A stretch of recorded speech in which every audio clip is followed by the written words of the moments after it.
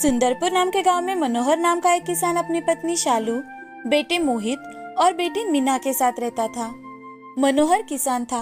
वो अपने खेतों में बड़ी मेहनत करता, लेकिन अब अचानक से 2 साल लगातार बारिश ना होने के कारण उसने कई जगहों से कर्जा ले रखा था। उसने गांव के साहूकार से भी पैसे ले रखे थे। तो एक दिन मनोहर शालू से, शालू, गांव का साहूकार बार बार पैसों की मांग कर रहा है। क्या करूं, कुछ समझ में नहीं आ रहा। परसों तक मोहलत दी है उसने, और अगर पैसे ना दिए तो ना जाने क्या कर बैठेगा। मनोहर के ऐसे कहते ही शालू एक डिब्बा खोलती है और उसमें से झुमके निकालकर, मेरे तो सारे गहने बेच दिए हैं हमने, लेकिन हाँ, मीना के लिए मैंने 3 साल पहले रमेश काका के खेतों में जाकर झुमके बनवाए थे। अगर आप वो बेच दो तो। इस साल तो ऐसे ही है, किसी के खेतों में पानी ना होने के कारण कोई काम नहीं है। लीजिए, बेच दीजिए इन्हें। लेकिन बड़ी मुश्किल से तो तुमने ये झुमके खरीदे हैं। अब अगर ये भी बेच दिए तो उसकी शादी के लिए हमारे पास क्या बचेगा? हम उसकी शादी कैसे कर पाएंगे? आप बिल्कुल चिंता मत करो, सब कुछ ठीक हो जाएगा। देखना, इस बार जरूर अच्छी बारिश होगी और फिर हम सबका कर्जा भी चुकता कर देंगे। और हमारी मीना के लिए झुमके ही क्यों, बाकी के गहने भी बनवाएंगे। ठीक है, जैसा तुम कहो। अब मनोहर दूसरे ही दिन साहूकार के पास जाता है और वो झुमके बेच देता है। तभी साहूकार उसके पैसे निकालते हुए, मनोहर, तूने मेरे पहले पैसे तो दे दिए हैं, लेकिन उसमें भी अभी 5,000 रुपए बाकी है।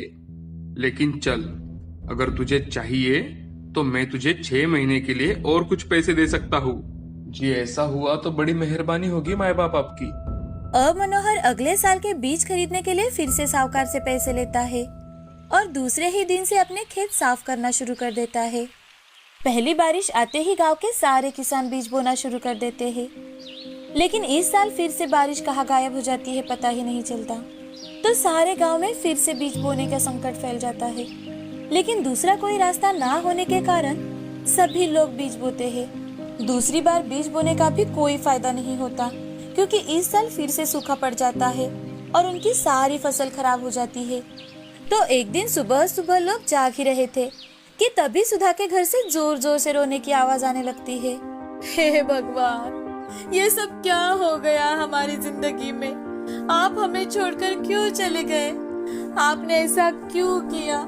आप तो इस संसार से मुक्त हो गए।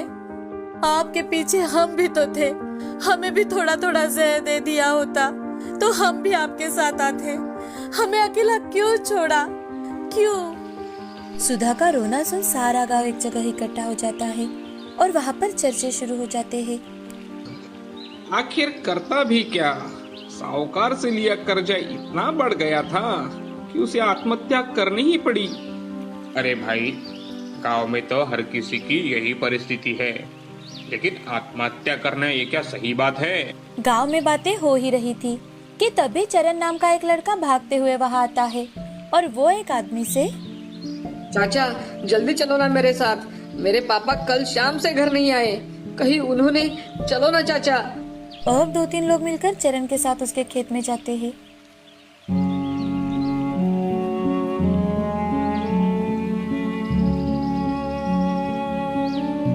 आज पूरे गांव में मायूसी फैली हुई थी। सारे लोग उन दोनों का अंतिम संस्कार कर घर लौट आते हैं। घर आकर मनोहर, शालू, अब ये आत्महत्या का सत्र शुरू हो चुका है। अब भगवान जाने ये सब कब खत्म होगा। हाँ जी, लेकिन आत्महत्या तो इसका कोई उपाय नहीं होता। शालू, आज वो लोग गए हैं।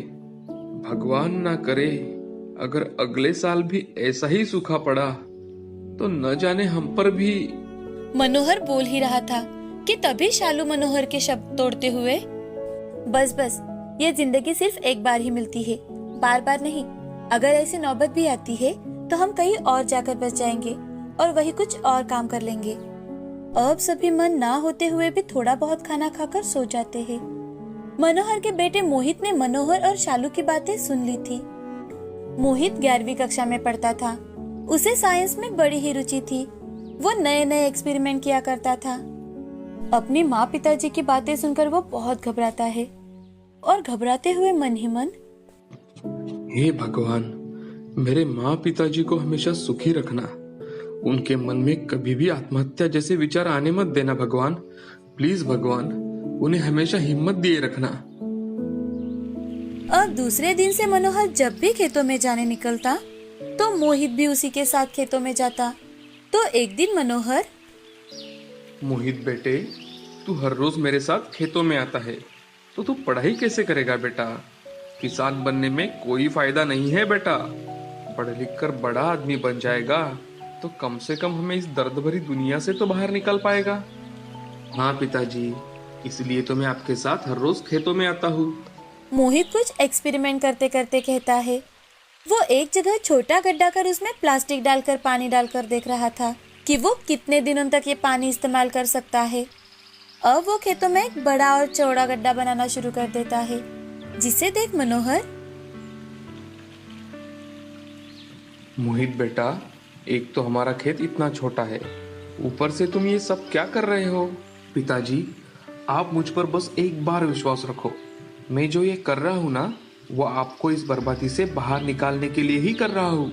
मोहित और मनोहर बोल ही रहे थे कि तभी एक आदमी मनोहर को आवाज लगाकर, अरे मनोहर, ए मनोहर, वो रामलाला ने आज खेतों में इस्तेमाल होने वाली दवा खाकर अपने साथ पूरे परिवार को भी खत्म कर दिया है। अरे ये क्या कह रहे हो भाई? अरे हाँ, अभी तो वहीं से आ रहा हूँ। पता नहीं ये नसीब कहाँ लेकर जाएगा हमें भाई। ये बात सुन अब मोहित का इरादा और भी ज्यादा पक्का हो जाता है। अब वो उस गड्ढे के आसपास का पानी भी उसमें कैसे आएगा, इसका आयोजन करता है। अपना दिमाग दौड़ाकर बारिश के पानी को गड्ढे में इकट्ठा करने का प्लान बनाता है। कुछ ही दिनों में बारिश शुरू हो जाती है। इस साल सबने थोड़ा लेट ही बीज बोने का निर्णय लिया था। नसीब से इस साल बारिश भी ठीक ठाक हुई थी, तो सभी के धान अच्छे थे। यहाँ मोहित ने अपना दिमाग लगाकर जो पानी इकट्ठा किया था, इस साल उसी कारण मनोहर साल में 2 बार उत्पादन निकाल पाता है। अब ये बात गांव के साथ साथ गांव के आसपास के गांव में भी फैल जाती है। अब कई सारे लोग मोहित का एक्सपेरिमेंट देखने आने लगे। लोग उसी प्रकार खेतों में पानी इकट्ठा करने लगे। साथ ही साथ मोहित ने अपने गांव वालों की सहायता से अपने गांव के पास वाली पहाड़ों पर जगह जगह पानी का बहाव रोकने के लिए गड्ढे बनाए, और इसी कारण पहाड़ों से आने वाला पानी बहकर ना जाकर उन्हीं गड्ढों में भरने लगा। और इसी कारण धीरे धीरे उनके गांव के कुएं भी भरने लगे, उसमें भी पानी आने लगा। धीरे धीरे कर जमीन में पानी की मात्रा बढ़ने लगी, और कभी सूखा पड़ने वाला गांव, आत्महत्या करने वाले लोग, इस नाम से जिनकी पहचान थी, अब वो बदलकर खेतों की सोने की चिड़िया बन चुकी है। अब सभी और खुशियाँ ही खुशियाँ फैली हुई है। अब चाहे एक साल बारिश ना भी हो, तो भी सुंदरखेड़ गांव या फिर आसपास के गांव को कोई फर्क नहीं पड़ता था। मोहित की हिम्मत, मेहनत और दिमाग के कारण गांव वालों को कभी सूखे का सामना नहीं करना पड़ा। बहुत समय पहले राकेश और मीना एक छोटे से शहर में रहते थे। उनको एक रमन नाम का बेटा और रीना नाम की बेटी थी। राकेश और मीना दोनों जॉब करते थे, और उसी कारण वो दोनों अपने बच्चों को कभी भी वक्त नहीं दे पाते थे।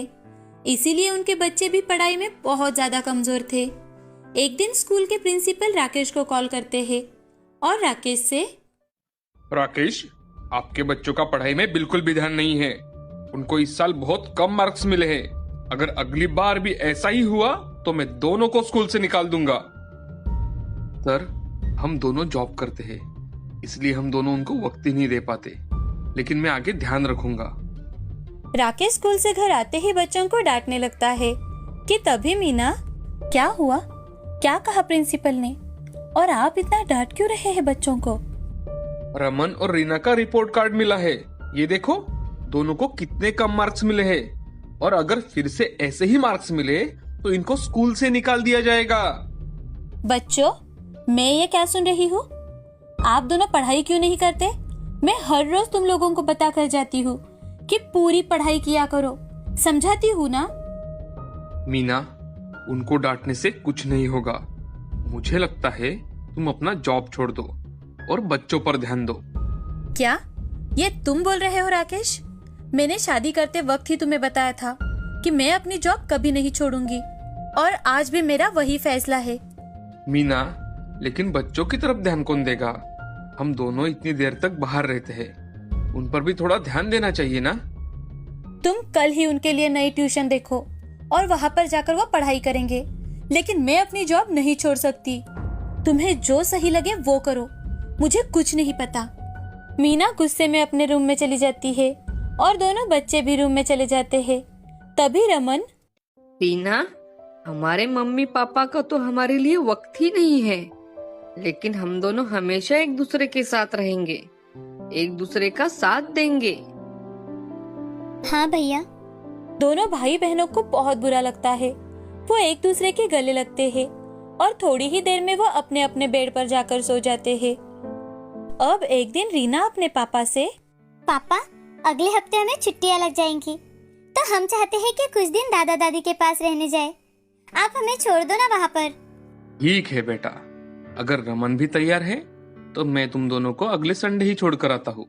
बेटा, लेकिन तुम दोनों रहोगे ना दादा दादी के पास?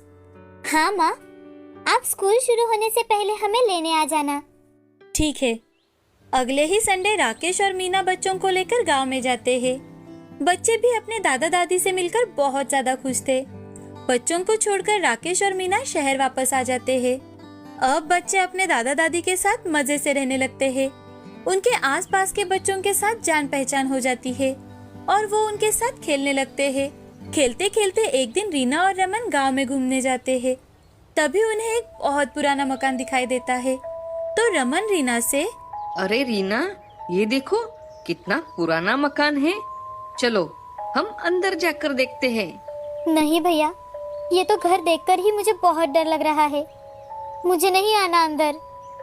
अरे डरो मत, मैं हूं ना साथ। वैसे भी ऐसा मौका हमें फिर कभी नहीं मिलेगा। ठीक है, आप कहते हो तो चलिए। रमन और रीना दोनों दरवाजा खोलकर अंदर घुसते हैं तो अंदर से कुछ बच्चे और टीचर की आवाज सुनाई देती है। वो अंदर जाकर देखते हैं तो सामने का नजारा देख डर जाते हैं। वहाँ पर उन्हें एक चुड़ैल टीचर भूतिया बच्चों को पढ़ाती नजर आती है। वो दोनों बहुत डरे हुए थे कि तभी भूतिया टीचर बच्चों से, आओ आओ रमन, रीना, अभी क्लास शुरू होने वाली ही है, चलो क्लास में जाकर बैठो। लेकिन हम कैसे? रमन और रीना इतने ज्यादा डर जाते हैं कि डर के मारे वो वहाँ से भाग ही नहीं पाते और उन भूतिया बच्चों के साथ पढ़ने लगते हैं। भूतिया टीचर भी बच्चों को बहुत मन लगाकर पढ़ाती है। रमन और रीना भी बहुत मन लगाकर पढ़ते हैं और उनके पास से अपने सारे डाउट्स भी क्लियर करवाते हैं।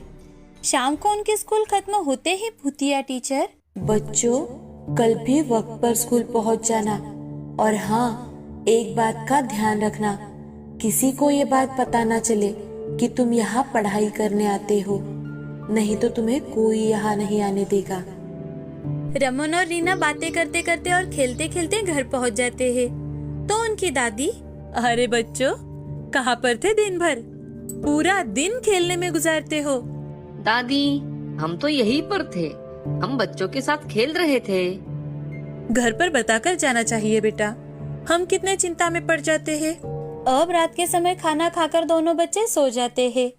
दूसरे दिन सुबह जल्दी उठकर नहा धोकर तैयार होकर वो दोनों दोपहर होने का इंतजार कर रहे थे। अब दोपहर होते ही दोनों बच्चे खेलने जा रहे हैं ये बताकर भूतों के स्कूल में जाते हैं। अब दोनों बच्चे हर रोज भूतिया स्कूल में जाने लगे और साथ ही साथ पढ़ाई भी करने लगे।